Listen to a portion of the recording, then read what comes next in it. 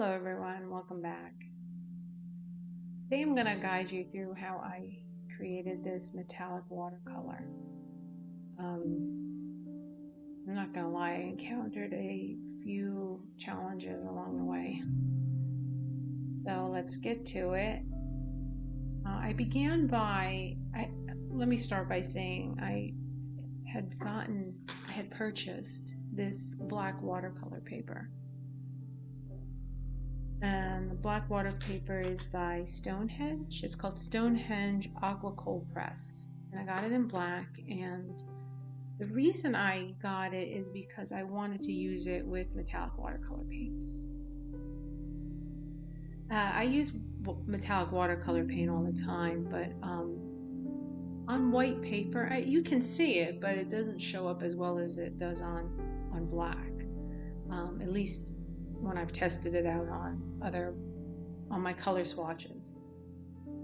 So I said I wanted to do a whole painting in just metallic watercolor. So I got my paper and I started, and I love the paper, by the way, it's a very good paper. I taped it down, and you just gotta be careful with the tape. Don't go ripping it off real fast. It will take some of the surface off with it, so you have to be very, very delicate with it. And I did use a delicate frog tape to hold it down, but you still have to be really careful because it is delicate. So I just used a white colored pencil. I just used a white Prismacolor pencil, and I put down a sketch what I wanted. I went on Pinterest, I looked around and see what I could find, something that would inspire me, and I said, I'm gonna do a sunset on a beach. But I didn't want it to just be a beach with sand. I wanted it to be a beach with foliage. By me, when you go to the beach, it's not like you just park your car and walk up to the sand or a boardwalk. It's when you walk up toward the beach, there's a lot of plant life. I think that's on most beaches, but by me there's a lot of trees and a lot of foliage around. So I wanted to incorporate that in the painting. Now I'm just making layers for my waves, because my idea is to make the waves or the water different colors in different sections to give it more texture, make it more interesting. And I used my circle template to make the sun, and then I just started to make lines for the sun's rays, and I wanted them to be kind of flowy, kind of whimsical. So I went in using actually regular paint, and I added iridescent medium to it. And when I did that, it didn't actually give me the effect I wanted. It wasn't enough iridescent, so I decided to add a little bit of green watercolor into the iridescent. So I'm mixing it and kind of going back and forth.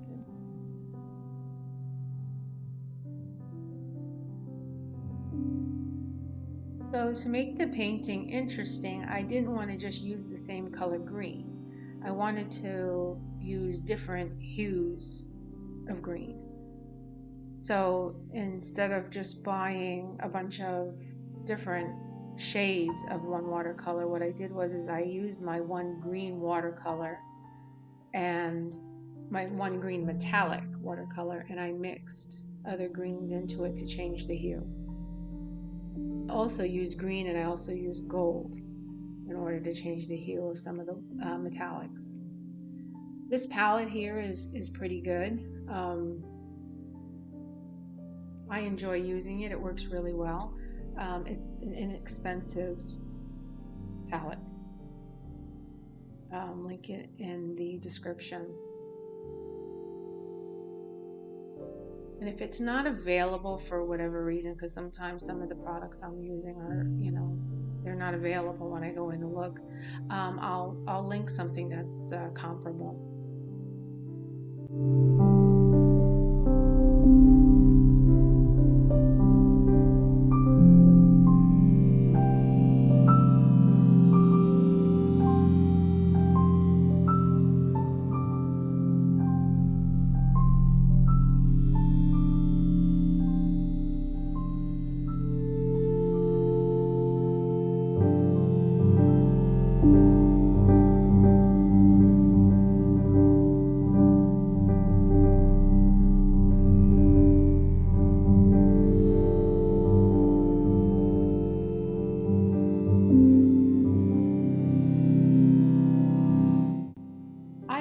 do this every once in a while. I don't have to think too much about shading or color theory or anything like that. This is something very simple that I can do as a mindful practice. Because when I'm doing this, that's all I'm really thinking of.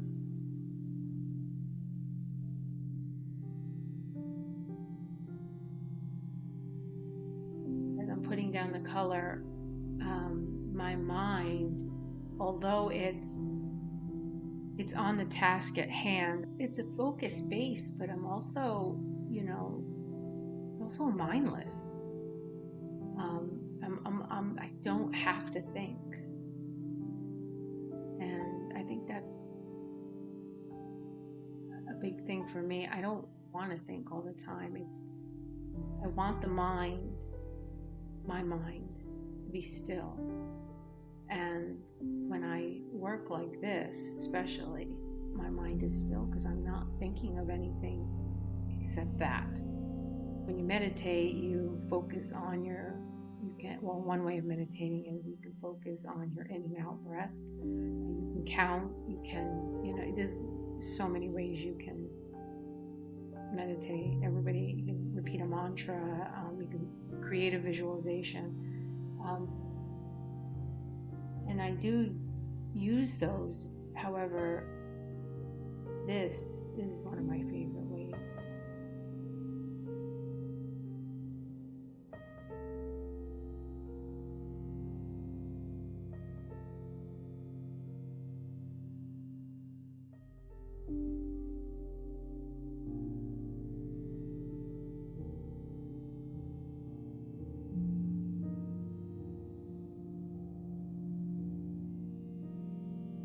Up until now, it's going pretty smoothly. I did tell you there was some mishaps, and they happen. I'll let you know when that comes.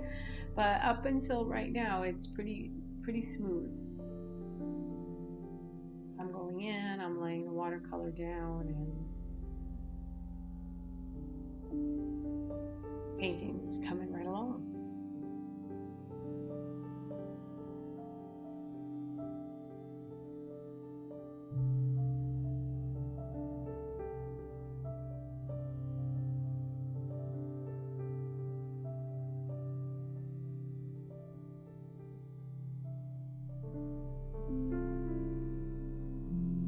Here what I'm doing is I'm adding in a little Prussian blue in there to make it a little darker. So that darker blue metallic I was using,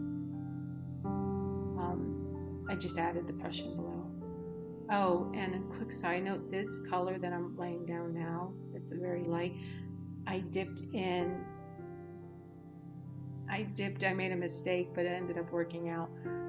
I had some Dr. P.H. Martin bleed proof white on my palette, and when I dipped in to the light blue metallic, I accidentally dipped into the P.H. Martin bleed proof white, and it made it really light, but it also made it metallic and kind of shimmery. So in the end, I had decided that I really liked how it looked, so I didn't try to correct it. That's one mishap, but that wasn't a major thing for sure. The other, I was just using that light blue color, and I added gold into it to give it a little bit more contrast and texture, make it a little bit different from the rest.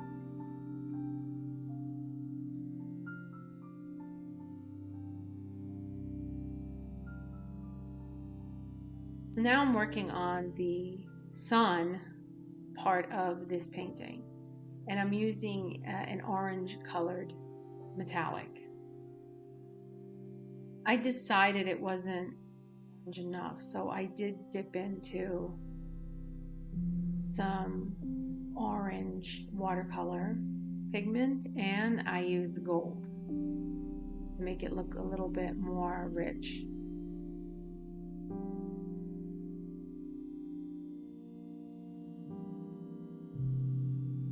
This is where the day started to go a little bit awry. So I finished the rest of the painting, without hitting the record button. That was big mishap number one. Sorry,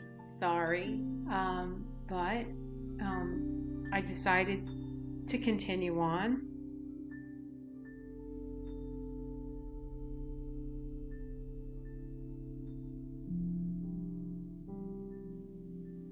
The painting was coming along so nicely, I didn't want to scrap it. So what I did here was instead of using watercolor, I used a black gouache. So gouache is water activated, just like watercolor, but it's opaque. And it's not like acrylics. It will come up it'll reactivate with water. But I opted to use the gouache instead of the black watercolor, or even using a pen. I think if I had used a pen, a Pitt pen, or a Sharpie, I don't think that the black on the watercolor lines would have been as dark or as crisp.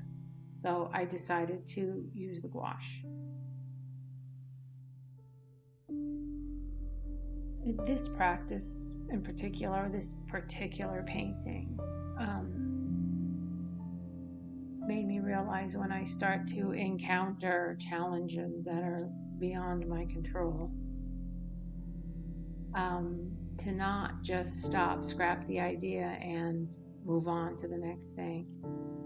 I wanted to keep going. I learned that if I keep going, number one, if we just give up every time we make a mistake, we wouldn't get anywhere in this world. No, it helped me to keep going, push through it, keep moving forward. Even though it wasn't working out exactly how I wanted it to. Because in the end, I think it turned out pretty good, even with all the mishaps that happened.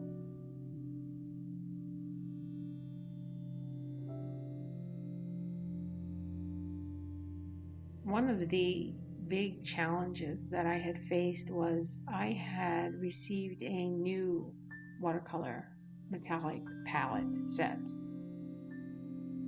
I purchased it online and I thought the colors were so amazingly beautiful, insanely beautiful, that I just wanted it. I just wanted to have it. And I got it the other day and I said, perfect, I'm going to use it in this video.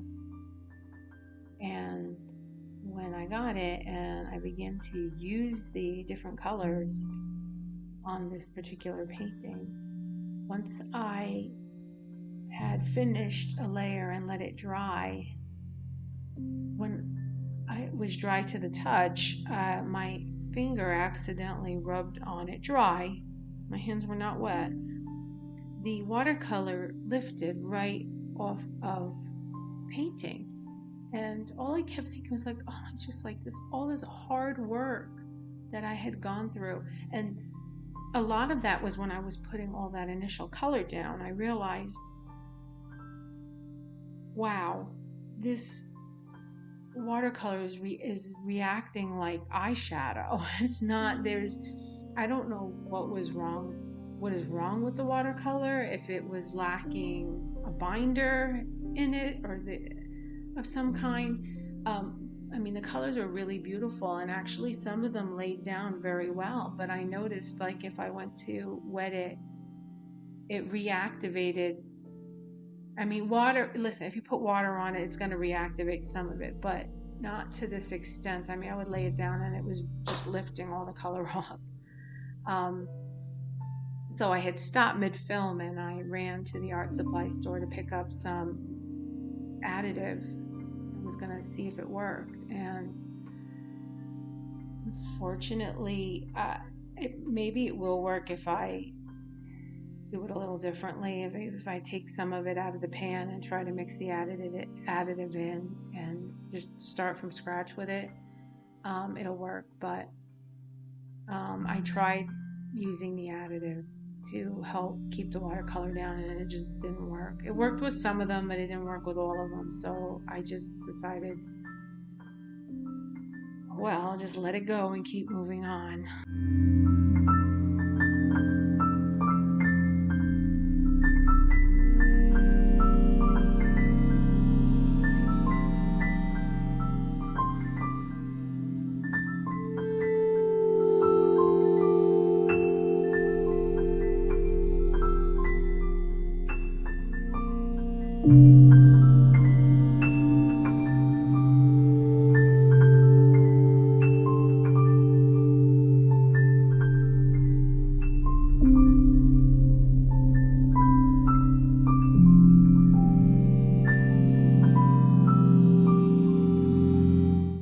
So even I started to work with mixed media, so I got my artist Pitt pens out, and I was going to start mark making and making patterns and lines.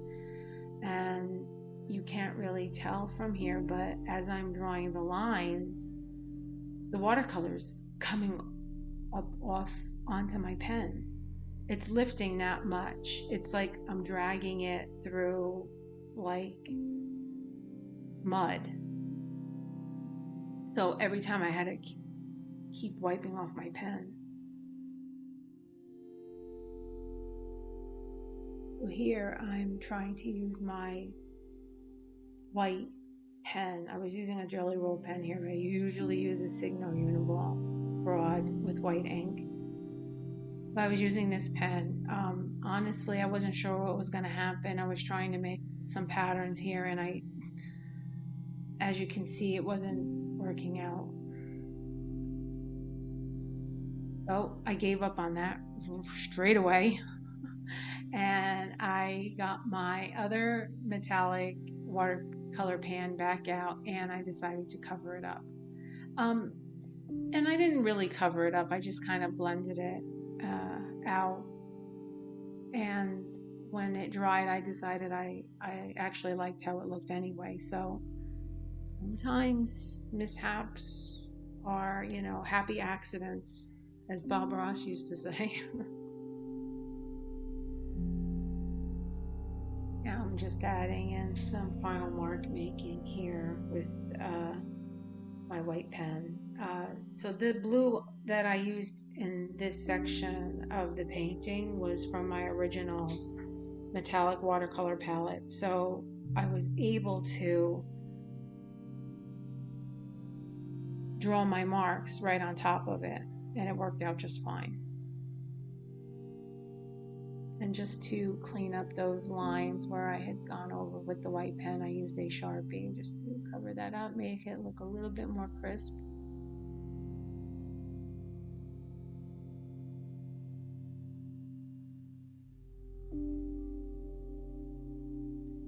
Now I'm going in with my Pitt pen again, and this actually was over one of the watercolors that wasn't working out, that was coming up, that wasn't adhering or binding to the paper.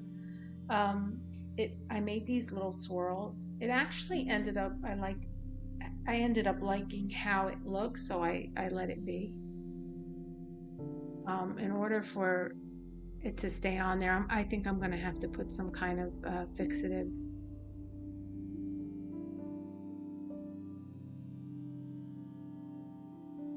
Buyer beware. I will link it in the description, so you know what to look out for, what not to buy.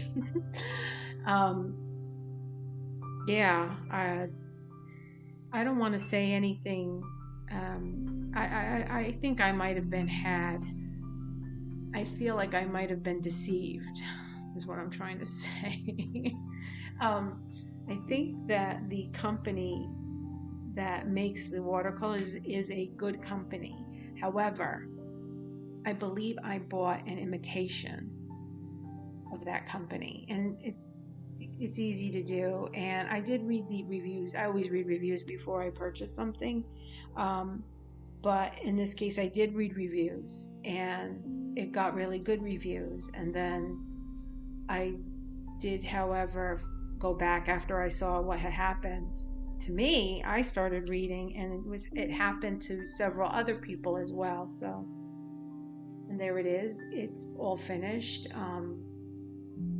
I think it came out really nice. I added in some color that I normally wouldn't have to give it a little bit more contrast and a little bit more depth. And I think that the marks that I did put on with the pen, even though I covered them up with another layer of watercolor, still gave the painting something really special. Well, thanks for joining me.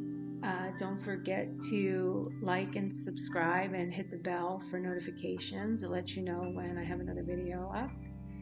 And if you like this video, please make sure you comment and let me know you liked it. And let me know if you'd like to see more videos like this. Hopefully not with mishaps that I had.